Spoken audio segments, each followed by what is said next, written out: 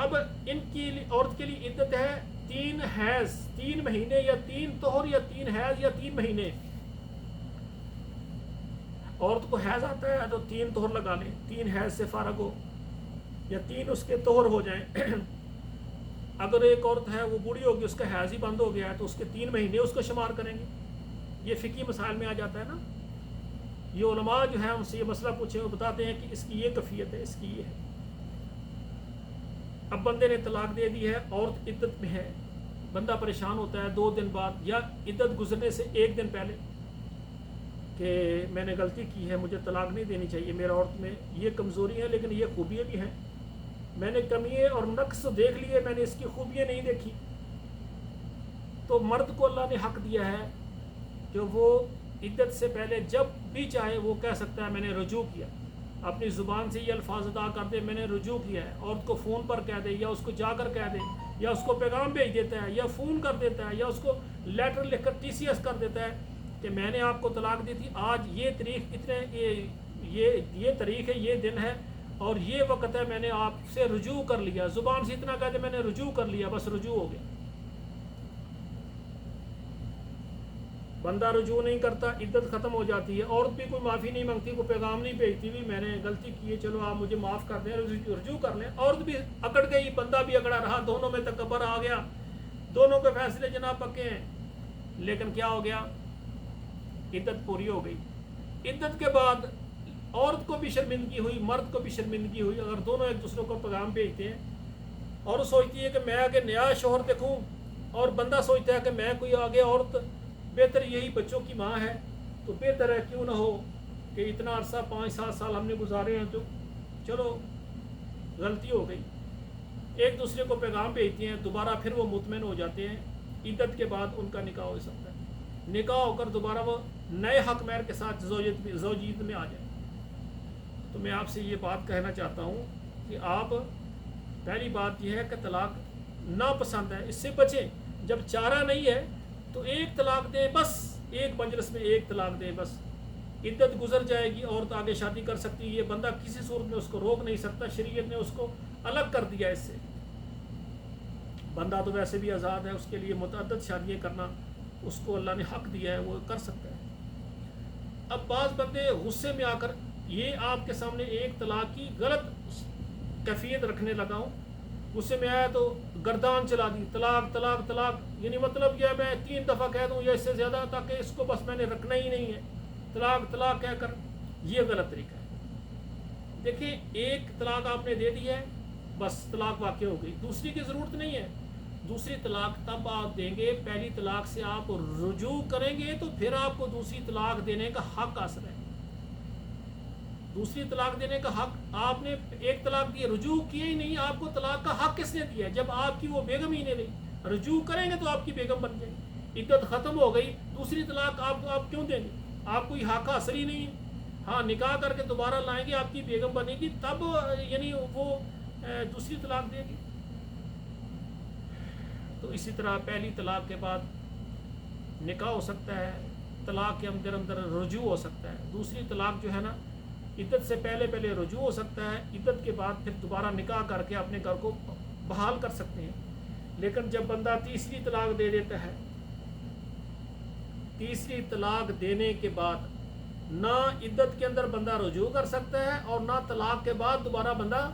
پھر نکاح کر سکتا ہے. یہ قطعی طلاق ہے. پہلی تو رجی طلاقیں، ان میں رجوع ہو سکتا ہے. تیسری طلاق قطعی ہو گئی، طلاق ہو گئی، واقع ہو گئی، اس کے بعد بندہ اس سے نہ صلح کر سکتا ہے نہ نکاح کر سکتا ہے اور پھر اس کے لیے وہ حرام ہو گئی. تو یہاں پر میں گزارش کروں گا میرے بے شمار بھائیوں اور بہنوں سے، طلاق بندہ کب دیتا ہے؟ جب عورت بندے کے کنٹرول سے باہر نکل جاتی ہے. سب سے بڑی ہوتی ہے کہ وہ اپنے وجود کی حفاظت نہیں کرتی، بد چلن ہے، غیر مردوں سے اس کے تعلقات ہیں. یہ ایک ایسی حرکت ہے جس کو مرد جتنا بھی بغیرت ہو، خود جتنا مرضی غلط کار ہو، لیکن عورت کی غلطی کو برداشت نہیں کرے گا. اور اس کے علاوہ عورت اگر اپنے خاوند کے ساتھ بدتمیزی کرتی ہے، بد اخلاق کرتی ہے، اس کے ماں باپ کو گالیاں نکالتی ہے، برا بھلا کہتی ہے، یہ بھی بڑی بات ہے نا ایک.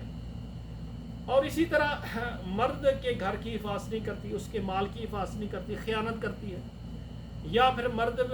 کے جو ذمہ داریاں ہوتی ہیں مخصوص اس کے لیے خدمت کے لیے وہ نہیں بلاتا ہے، نہیں آتی۔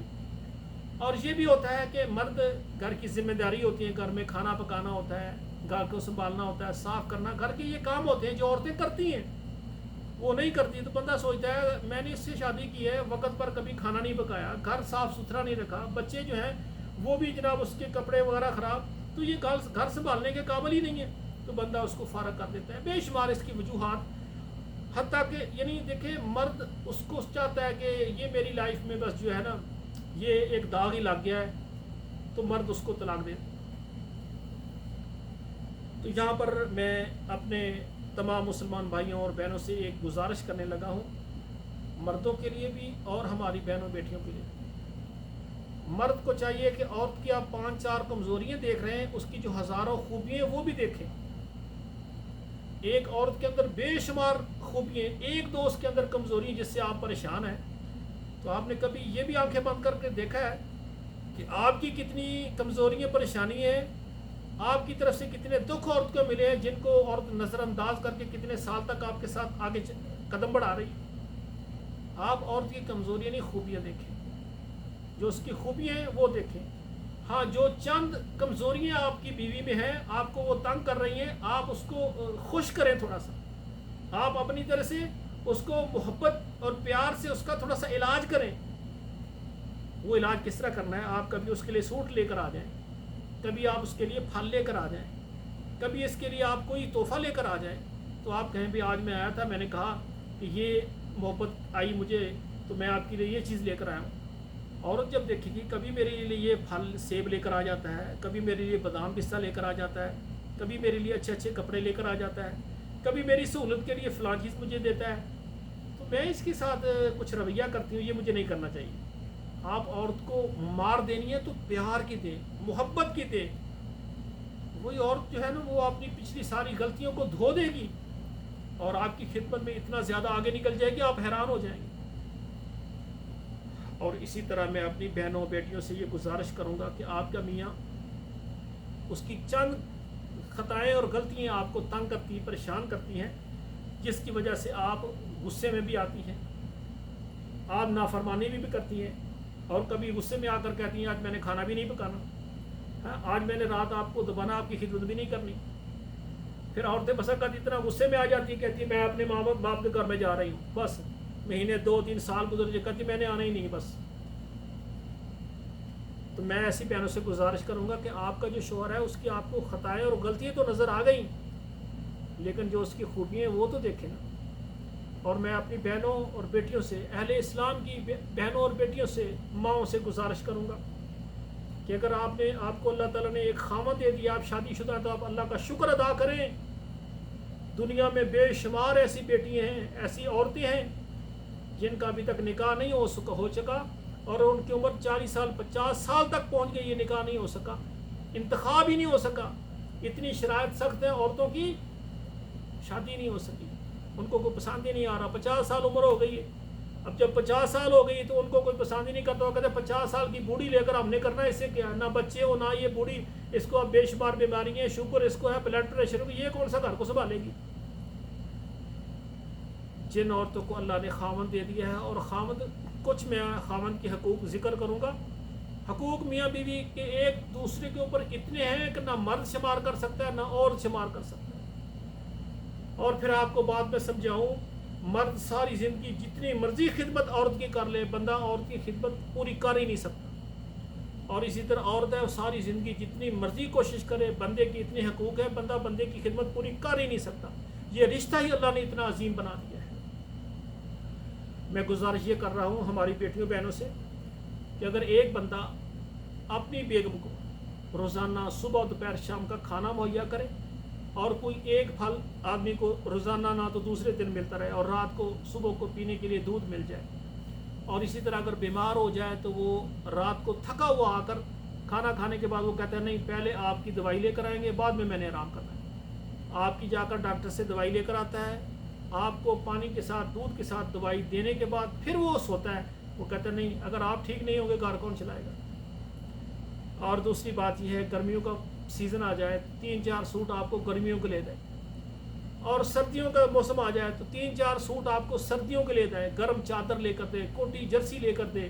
دستانے اور جرابیں آپ کو لے کر دے،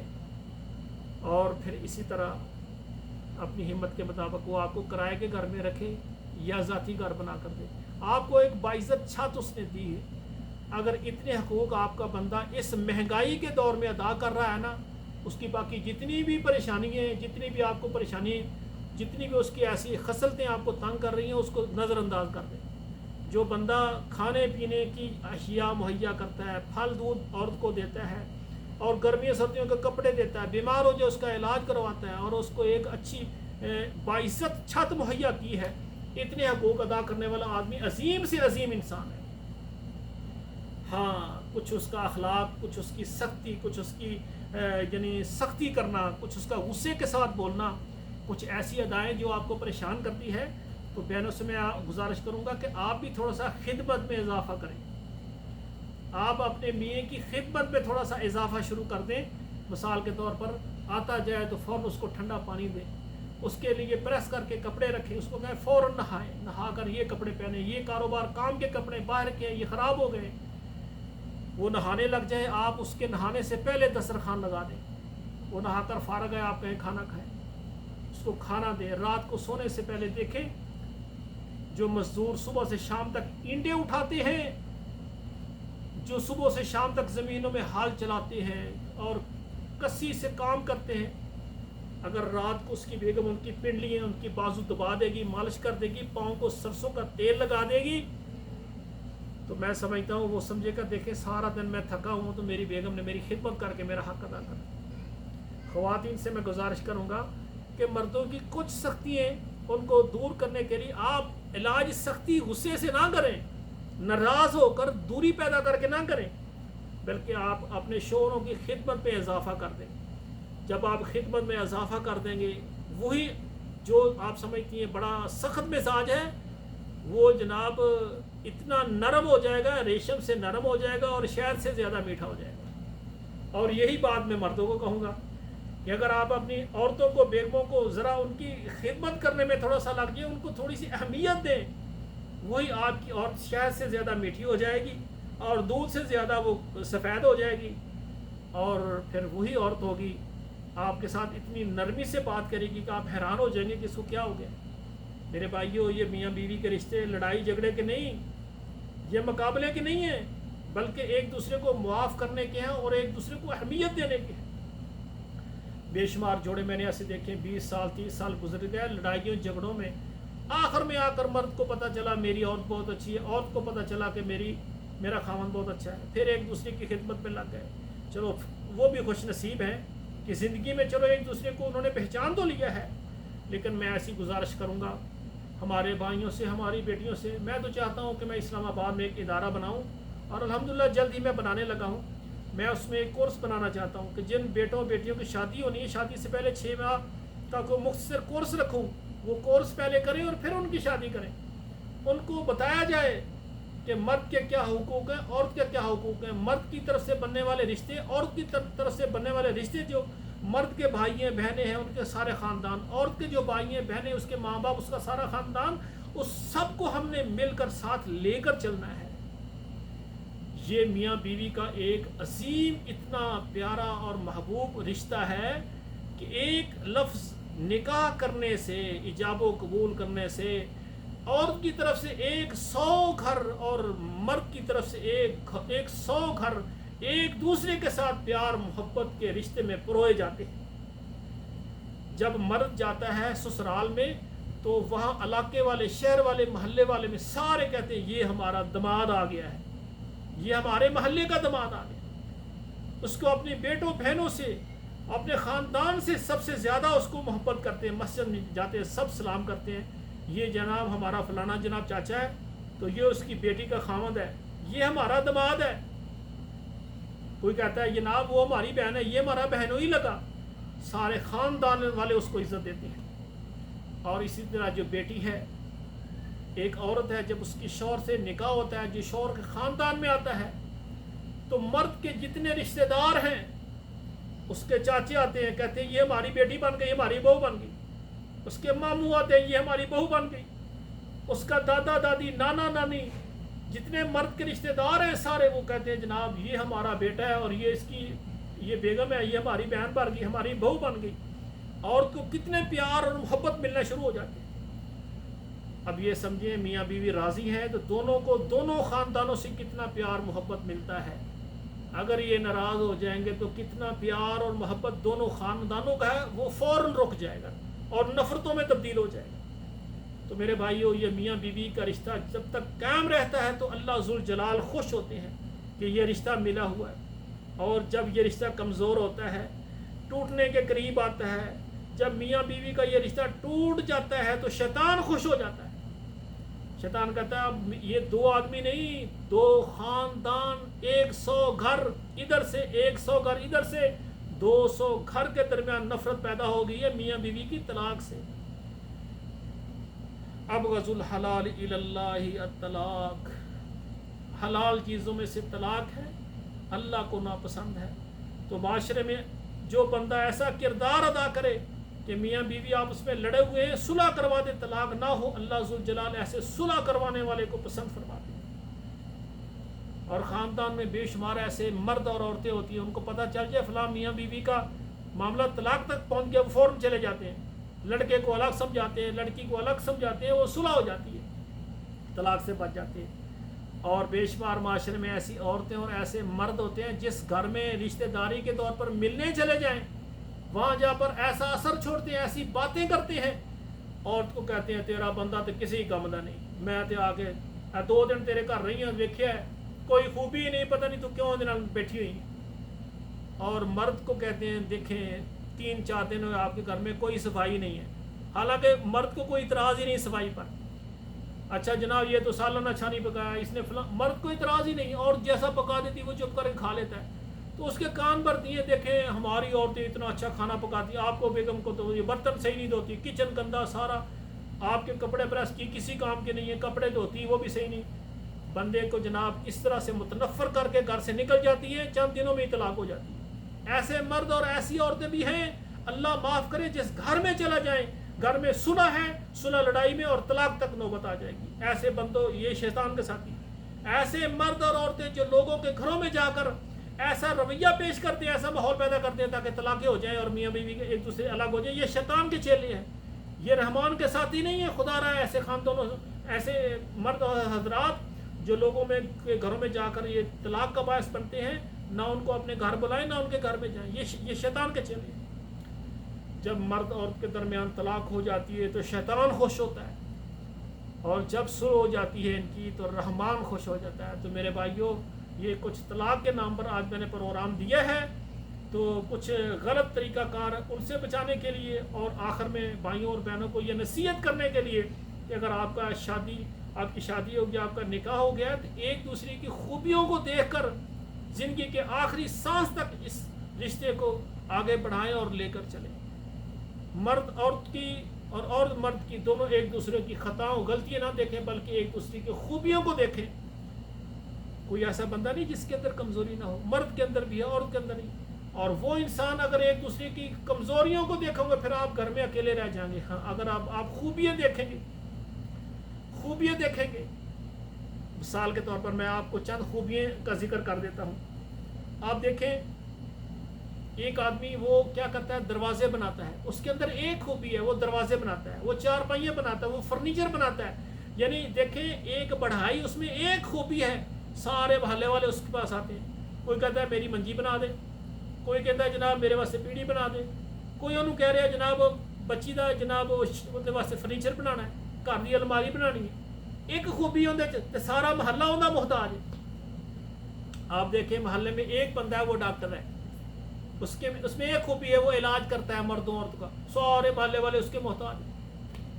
اب آپ دیکھیں محلے میں ایک بندہ ہے وہ موچی ہے، کیا ہے، وہ جوتے نئے سیتا ہے یا جوتے پرانے وہ مرمت کرتا ہے، پورے محلے والے ڈاکٹر انجینئر جتنے سارے اس کے محتاج ہیں۔ کیا ہے جناب، کہتے ہیں کہ جی وہ ہمارا جوتا ٹوٹا ہے، یہ ٹھیک کر دو، یا نیا جوتا لینا ہے وہ دے دو۔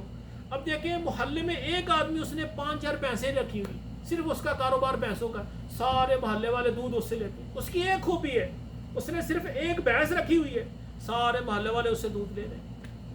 اب دیکھیں ایک محلے میں ایک بندہ ہے، اس نے سبزی کی دکان ڈالی، ایک خوبی ہے کہ اس نے صرف سبزی کا کاروبار کیا یا ساتھ فروٹ کا کیا ہے، سارے محلے کے ڈاکٹر، انجینئر، امیر، ولی، سارے وہ جناب علماء کرام اور ٹیچر اور محلے کے سارے مزدور اس سے آ کر سبزی بھی لیتے ہیں اور فروٹ بھی لیتے ہیں، ایک خوبی ہے۔ تو میں یہ آپ سے گزارش کرتا ہوں، آپ اپنی ایک عورت ہے وہ اپنے شوہر کی بے شمار خوبیوں کو دیکھے اور اس کو کمزوریوں کا نظر انداز کرے، ایک مرد ہے وہ اپنی بیگم کی بے شمار خوبیوں کو دیکھے، ان کی کمزوریاں، ہم خوبیاں نہیں دیکھے تب ہم جب سے ہم نے نفرتیں کیوں زیادہ ہوتی ہیں، ہم خوبیاں نہیں دیکھتے، ہم کیا کرتے ہیں، ہم نقص اور عیب دیکھتے ہیں۔ تو میرے بھائیوں ہم خوبیاں دیکھیں، خوبیاں دیکھیں، خوبیاں دیکھیں گے نقص نکلتے جائیں گے، خوبیاں بڑھتی جائیں گی، نقص نکلتے جائیں گے۔ جب آپ خوبیوں کو نہیں دیکھیں گے، نقص دیکھنا شروع ہو جائیں گے، نقص بڑھتے جائیں گے، خوبیاں کم ہوتی جائیں گی۔ تو میرے بھائیوں میری دعا ہے جن بھائیوں کی آپس میں شادی ہوئی ہے وہ ایک دوسرے کو خوش رکھیں، ایک دوسرے کی سختیوں، ایک دوسرے کی لغزشوں کو معاف کر کے اپنے رشتے کو آخر تک لے کر جائیں۔ اللہ ذوالجلال جن جوڑوں کی نکاح نہیں ہوئے، اللہ مردوں کو، عورتوں کو اچھا زوج دیں، اور اسی طرح جو ہمارے بہن بھائی گھریلوں میں جن کی لڑائیاں اور جھگڑے ہیں، میری دعا ہے اللہ ذوالجلال دونوں کے دلوں کو نرم کریں اور وہ صلح کر کے اپنے گھر کو آباد رکھیں اور پوری زندگی آخری سانس تک میاں بیوی کے رشتے میں پروئے رہیں۔ والسلام علیکم ورحمۃ اللہ وبرکاتہ۔ آخر میں میری گزارش ہے اگر آپ کو یہ میرا پروگرام پسند آئے تو آپ اپنے رشتہ داروں میں ضرور شیئر کریں تاکہ کسی گھر میں ہمارا پیغام پہنچ جائے اور ان کے گھر میں جو نچاکی ہے، اختلافات، وہ ختم ہو جائے اور صلح ہو جائے۔ اللہ ذوالجلال فرماتے ہیں جو صلح کرے گا اس کو میں جوڑوں گا، جو صلح کو توڑے گا، رشتے ناتوں کو توڑے گا، اللہ کہتے ہیں میں اس کو توڑوں گا۔ اللہ ذوالجلال ہمیں جوڑنے والا بنائے۔ والسلام علیکم ورحمۃ اللہ وبرکاتہ۔